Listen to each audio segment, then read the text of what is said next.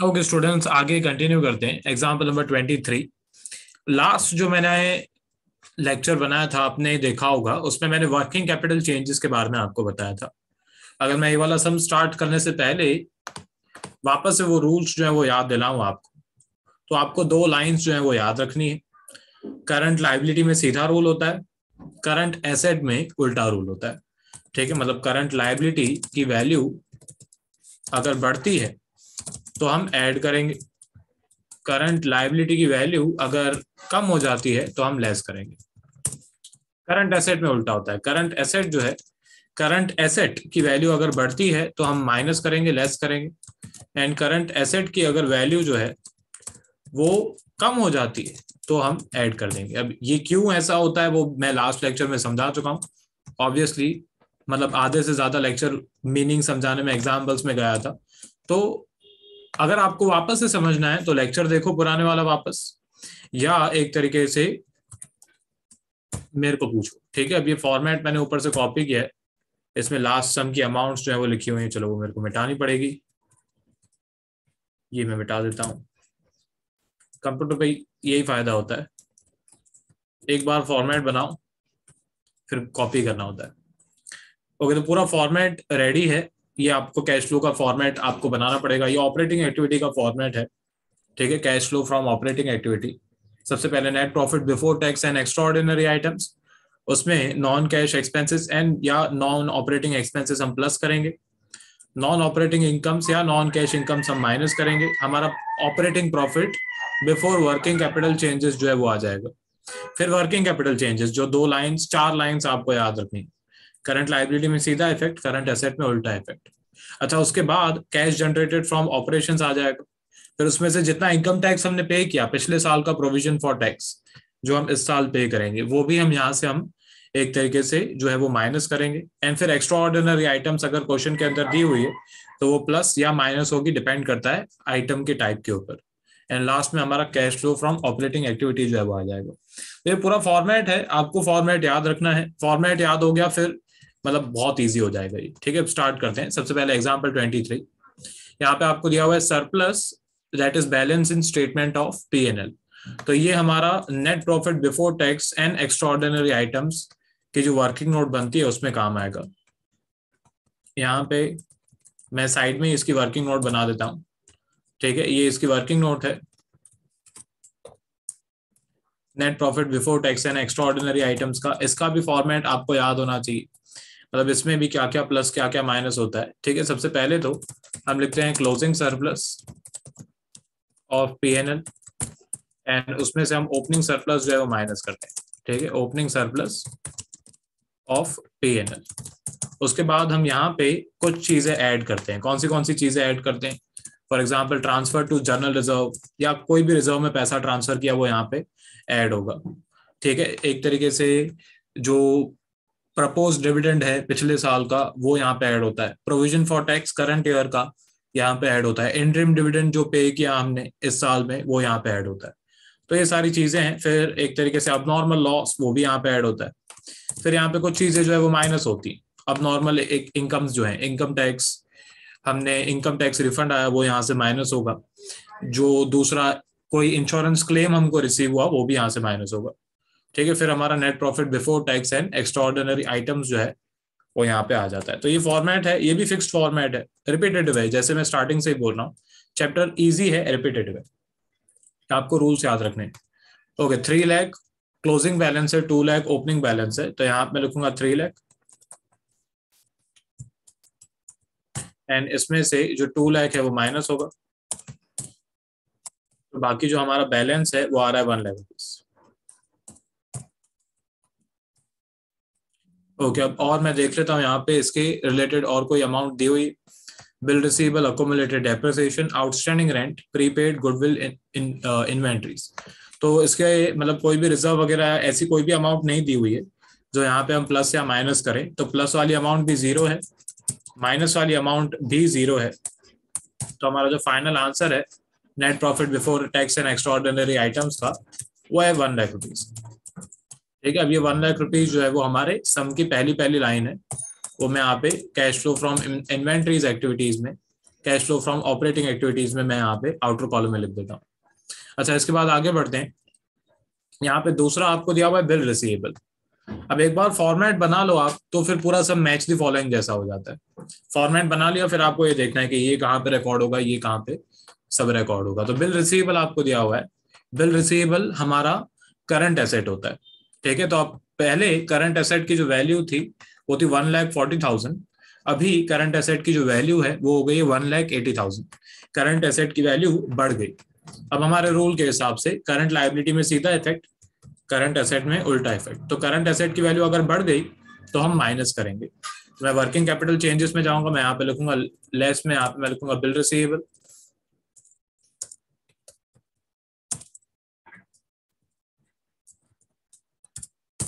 ठीक है। अच्छा, बिल रिसीवेबल की जो अमाउंट है, जितनी अमाउंट बढ़ गई वो हम यहाँ पे माइनस करेंगे। पूरे चैप्टर में ये अमाउंट, ये जो ओपनिंग क्लोजिंग बैलेंस काम नहीं आता है, डिफरेंस ही काम आता है। तो पहले थी 1,40,000, अभी हो गई 1,80,000। तो बिल रिसीवेबल की वैल्यू बढ़ गई 40,000 रुपीज। तो वो मैं यहाँ पे 40,000 जो है वो माइनस कर देता हूँ। चलो, ये हो गया। इसके बाद दूसरा आपको दिया हुआ है अकोमुलेटेड डेप्रिसिएशन। ओके, अब ये डेप्रिसिएशन नॉन कैश एक्सपेंस होता है। पहले अकोमुलेटेड डेप्रिसिएशन था 3 लाख, एंड अभी अकोमुलेटेड डेप्रिसिएशन हो गया 3,20,000। तो डेप्रिसिएशन की जो वैल्यू है वो भी 20,000 रुपीज जो है वो बढ़ गई। ओके, हमारा ऑब्वियसली ना ओपनिंग बैलेंस काम का है ना क्लोजिंग काम का है। जो एक्सपेंस हुआ इस साल वो हमारे काम का है। तो पहले डेप्रिसिएशन, ये अकोमुलेटेड डेप्रिसिएशन एक अकाउंट होता है। अगर आप 11th स्टैंडर्ड में डेप्रिसिएशन चैप्टर आपने सीखा है, ठीक है, तो आपको याद होगा। कभी कभी हम हमारे एसेट्स में से डायरेक्टली डेप्रिसिएशन माइनस नहीं करते हैं, हम वो डेप्रिसिएशन एक अलग प्रोविजन में जमा करके रखते हैं।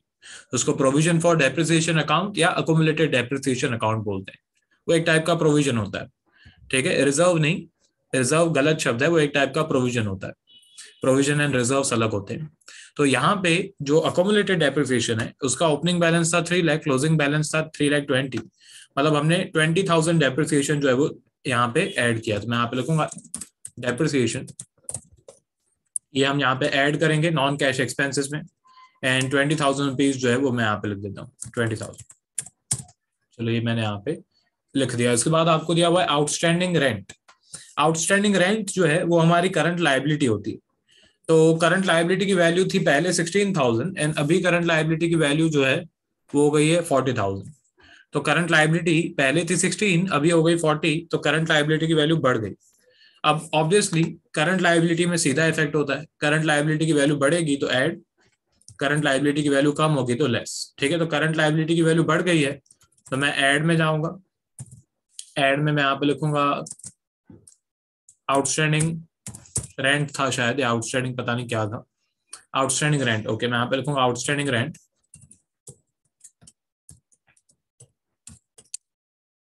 एंड उसकी जो अमाउंट बढ़ गई, ठीक है, पहले थी 16,000, अभी हो गई 40,000। तो जो डिफरेंस है वो मेरे काम का है, 24,000 रुपीज बढ़ गई वैल्यू।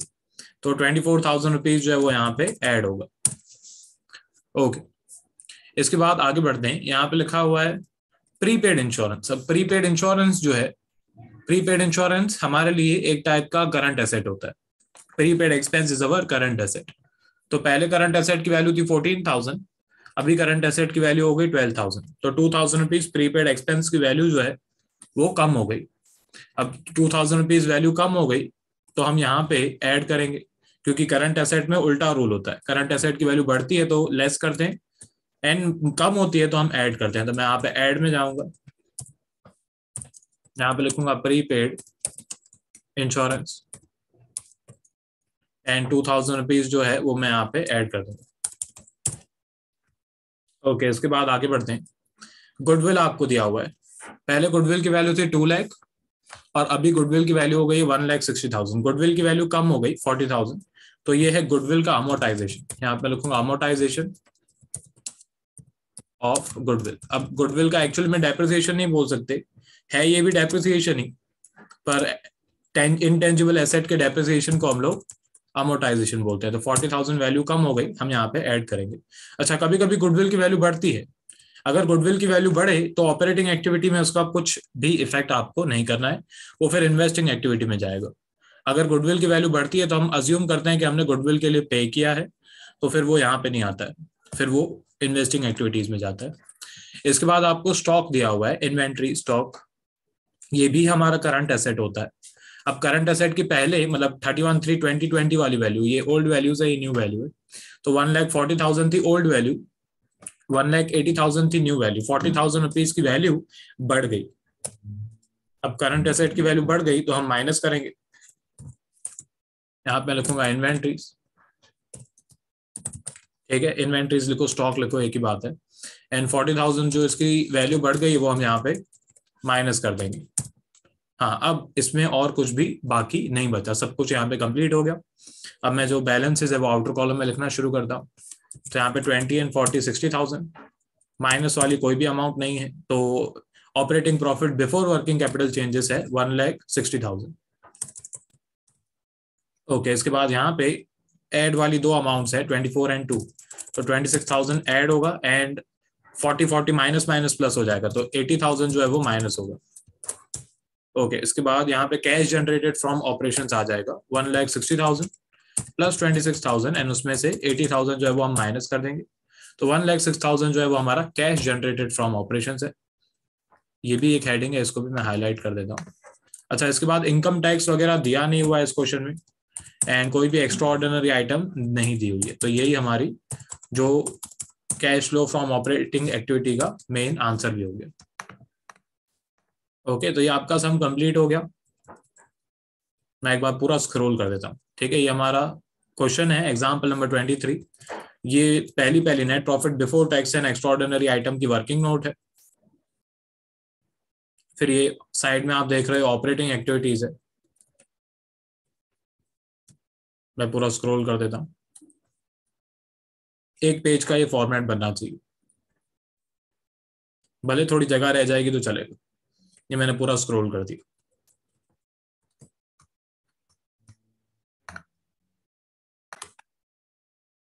ओके स्टूडेंट्स, आगे कंटिन्यू करते हैं। एग्जाम्पल नंबर 24, वापस से cash flow from operating activities जो है वो हमें करना है यहाँ पे।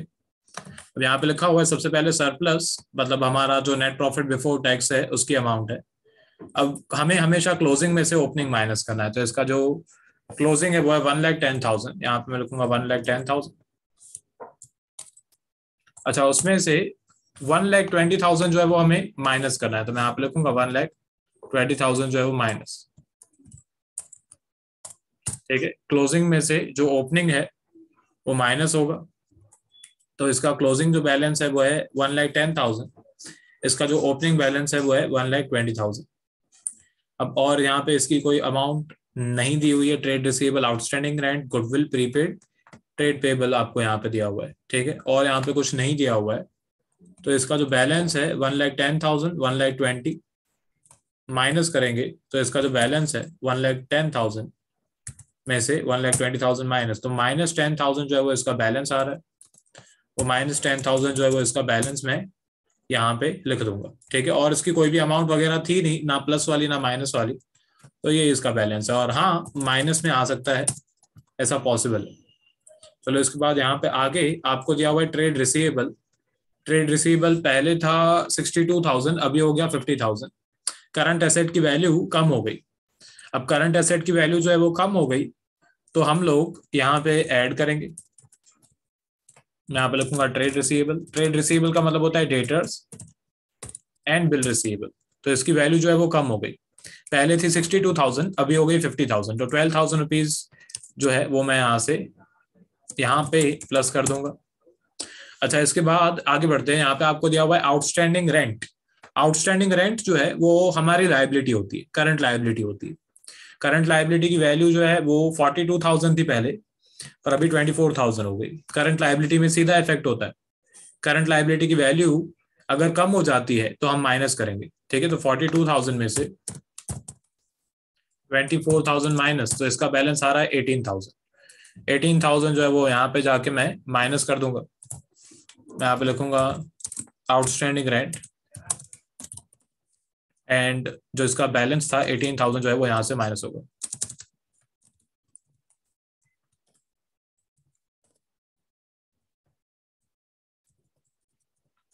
ओके, चलो ये भी हो गया। उसके बाद यहाँ पे आपको दिया हुआ है गुडविल। गुडविल की वैल्यू पहले थी 76, अभी हो गई है 80,000। अब यहाँ पे गुडविल की वैल्यू बढ़ गई।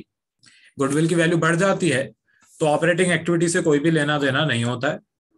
गुडविल की वैल्यू बढ़ जाती है तो वो इन्वेस्टिंग एक्टिविटी में जाता है। अब ये जो 4,000 रुपीज गुडविल की वैल्यू बढ़ गई, ये इन्वेस्टिंग एक्टिविटी में जाएगा, आउटफ्लो में जाएगा, ठीक है। पर यहाँ पे इसका इस सम में ऑपरेटिंग एक्टिविटी में कोई भी इफेक्ट नहीं होगा। फिर आपको दिया हुआ है प्रीपेड इंश्योरेंस। प्रीपेड इंश्योरेंस हमारा एसेट होता है। प्रीपेड इंश्योरेंस जो है पहले था 4,000, अभी हो गया 8,000। तो प्रीपेड इंश्योरेंस की वैल्यू 4,000 रुपीज बढ़ गई। अब करंट एसेट की वैल्यू बढ़ गई तो हम माइनस करेंगे प्रीपेड इंश्योरेंस। 4,000 रुपीज इसकी वैल्यू बढ़ गई तो हम यहाँ पे इसको माइनस कर देंगे 4,000 को। उसके बाद यहाँ पे आपको दिया हुआ है ट्रेड पेएबल। ट्रेड पेएबल मतलब क्रेडिटर्स एंड बिल्स पेएबल। इसकी वैल्यू थी पहले 38,000, अभी हो गई 26,000। तो यहाँ पे 38,000 में से 26,000 माइनस कर दो तो 12,000 रुपीज जो है करंट लाइबिलिटी की वैल्यू कम हो गई। अब करंट लाइबिलिटी की वैल्यू कम हो गई तो हम माइनस करेंगे 12,000 रुपीज में। यहाँ पे जाऊंगा लेस में, यहाँ पे लिखूंगा ट्रेड रिसीवेबल, अपने trade payable, sorry trade payable, and यहाँ से 12,000 जो है वो माइनस होगा।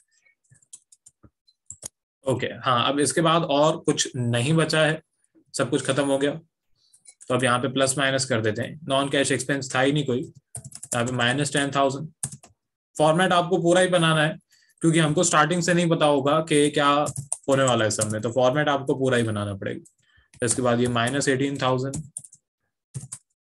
-4,000, -12,000, ये हो जाएगा -34,000। अब -10,000 में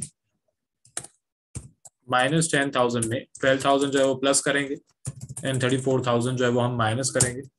तो इसका बैलेंस आ रहा है -32,000। फिर टैक्स वगैरह नहीं दिया हुआ है, एक्स्ट्रा ऑर्डिनरी आइटम्स भी नहीं दी हुई है, तो इसका आंसर आ रहा है -32,000 रुपीज। ठीक है, ये हमारा आंसर हो गया। एंड हाँ, ऑपरेटिंग एक्टिविटीज का आंसर भी माइनस में आ सकता है। तो ये हमारा एग्जाम्पल नंबर 24 जो है वो कंप्लीट हो गया। मैं स्क्रॉल कर देता हूँ। Cash flow from operating activities, इसके साथ ये net profit before work tax and extra ordinary items का वर्किंग नोट देखते जाओ, पॉज करके लिखते जाओ।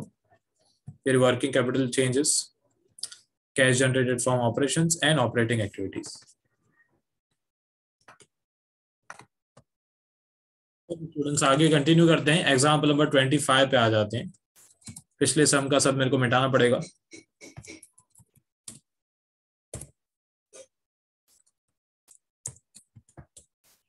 ठीक है, एग्जाम्पल नंबर 25 जो है धीरे धीरे ऑब्वियसली लेवल बढ़ेगा। एंड आपको अगर रूल्स याद हैं तो फिर आपके लिए हमेशा ये इजी रहेगा। साइड में वर्किंग नोट्स हैं,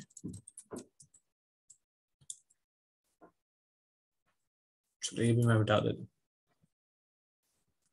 ओके, सबसे पहले यहाँ पे आपको दिया हुआ है net profit after tax and dividend. After tax वाला हमें कभी नहीं चाहिए, हमें before tax and before dividend सब चाहिए। ठीक है, 1,10,000 आपको दिया हुआ है, ये मैं यहाँ पे लिखूंगा 1,10,000। सरप्लस नहीं दिया हुआ है यहाँ पे, आपको नेट प्रॉफिट दिया हुआ है, तो यहाँ पे मैं लिखूंगा 1,10,000। ठीक है, अब हमें इसमें यहाँ पे लिखा हुआ है कि after tax and after dividend वाला है। ठीक है, अब मेरे को before tax and before any extra ordinary item चाहिए। उसके नीचे दोनों अमाउंट्स आपको दी हुई है, प्रोविजन भी दिया हुआ है एंड डिविडेंड भी दिया हुआ है। इस प्रॉफिट में से 1,10,000 में से टैक्स भी माइनस किया हुआ है एंड डिविडेंड भी माइनस किया हुआ है। तो अब मैं ऑब्वियसली मेरे को बिफोर वाला चाहिए, net profit before tax and any extra ordinary item. तो ये सब इसमें से माइनस किया हुआ है। क्वेश्चन में लिखा हुआ है कि आफ्टर टैक्स मतलब टैक्स भी माइनस कर दिया एंड आफ्टर डिविडेंड मतलब डिविडेंड भी माइनस कर दिया। तो दोनों चीजें जो है वो मैं यहाँ पे प्लस कर दूंगा। यहाँ पे मैं लिखूंगा प्रोविजन फॉर टैक्स, वो यहाँ पे ऐड होगा।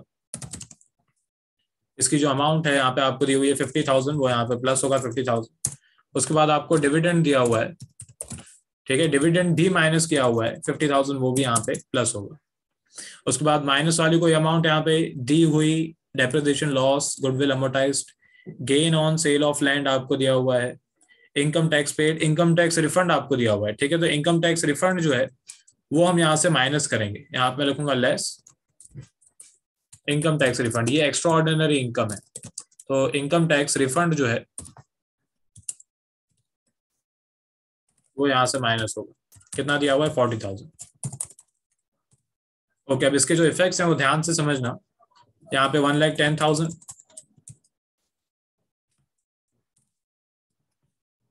ओके 1,10,000 में 50,000, ये 50,000, ये 50,000 प्लस, एंड ये 40,000 जो है वो उसमें से माइनस। तो इसका जो अमाउंट है वो आ रहा है 1,70,000 रुपीज। वो यहाँ पे हमारी पहली पहली लाइन है। अब यहाँ पे जो ये इनकम टैक्स रिफंड है, ये एक एक्स्ट्रा ऑर्डिनरी आइटम है, ठीक है, जो हमारा एक तरीके से लास्ट में हम कैश जनरेटेड फ्रॉम ऑपरेशन के बाद लिखते हैं income tax paid, net income tax paid, उसमें इसका इफेक्ट होगा, ठीक है। यहाँ पे क्वेश्चन में लिखा हुआ है कि हमने टैक्स पे किया 50,000, हमने टैक्स जो है वो पे किया 50,000, पर उसमें से 40,000 का तो रिफंड आ गया, ठीक है। तो मैं यहाँ पे नीचे जाऊंगा, हमने टैक्स पे किया 50,000, उसमें से मैं माइनस करूंगा जितना हमारा रिफंड आया, तो हमने एक्चुअल में 10,000 जो है वो इनकम टैक्स पे किया, उसका इफेक्ट यहाँ पे होगा। ये इंपॉर्टेंट है, ये हम पहली बार करें, ठीक है। नॉर्मली ये सम्स में होता ही है, इस सम में पहली बार आपने सीखा। हाँ, अब आगे बढ़ते हैं। इसके बाद यहाँ पे आपको बाकी सारा पूरा सम जो है वो नॉर्मली सॉल्व करना है। डेप्रिसिएशन दिया हुआ है, डायरेक्टली अमाउंट दी हुई है, नॉर्मली डायरेक्टली अमाउंट नहीं देते हैं, थोड़ा इजी है ये सम, क्योंकि नॉर्मली डायरेक्टली अमाउंट्स नहीं दी हुई होती है। डेप्रिसिएशन आपको यहाँ पे दिया हुआ है 20,000 रुपीज, वो हम ऐड करेंगे, नॉन कैश एक्सपेंस है। डेप्रिसिएशन जो है वो यहाँ पे ऐड होगा 20,000। ओके, उसके बाद यहाँ पे आपको दिया हुआ है loss on sale of plant, ये भी अब नॉर्मल या नॉन ऑपरेटिंग एक्सपेंस है, ठीक है। Loss on sale of plant, ठीक है। लॉस होता है तो हम यहाँ पे ऐड करते हैं, प्रॉफिट होता है तो हम यहाँ पे लेस करते हैं, कोई भी फिक्स्ड एसेट बेचे वगैरह। तो यहाँ पे लॉस कितने का हुआ हमको, 10,000 का, ठीक है। तो 10,000 का जो लॉस हुआ वो यहाँ पे ऐड होगा।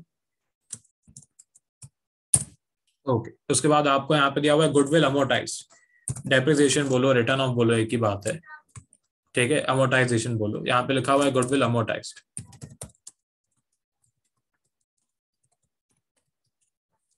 इसकी जो अमाउंट है वो आपको दी हुई है 40,000, वो भी यहाँ पे ऐड होगी। ओके, उसके बाद आपको दिया हुआ है gain of sale of land, ठीक है, नॉन ऑपरेटिंग इनकम, हम यहाँ से माइनस करेंगे।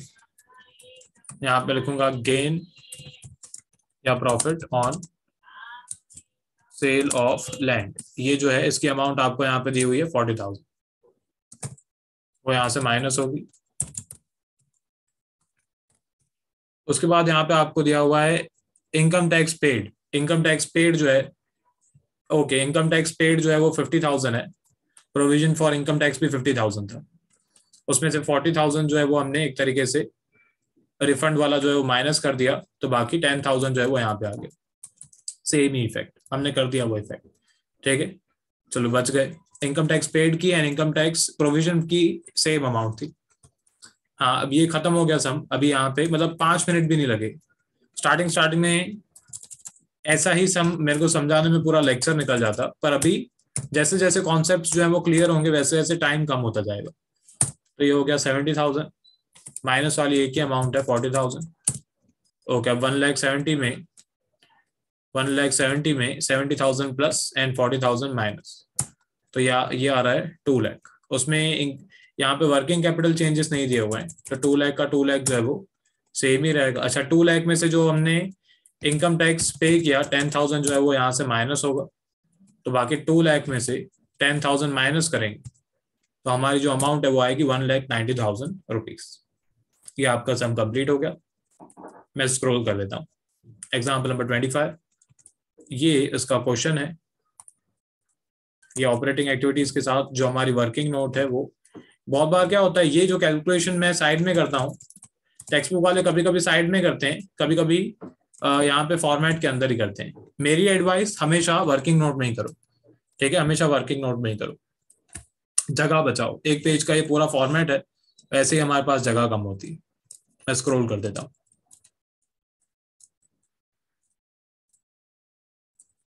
ये आपका स्क्रॉल हो गया, ठीक है। अभी नेक्स्ट लेक्चर में मिलेंगे, इसके ये सम्स जो है वो आगे मेरे को और भी करवाने। रिवाइज करो, फॉर जो रूल्स हैं रोज रिवाइज करो, ठीक है। जो डाउट्स हैं मेरे से पूछो।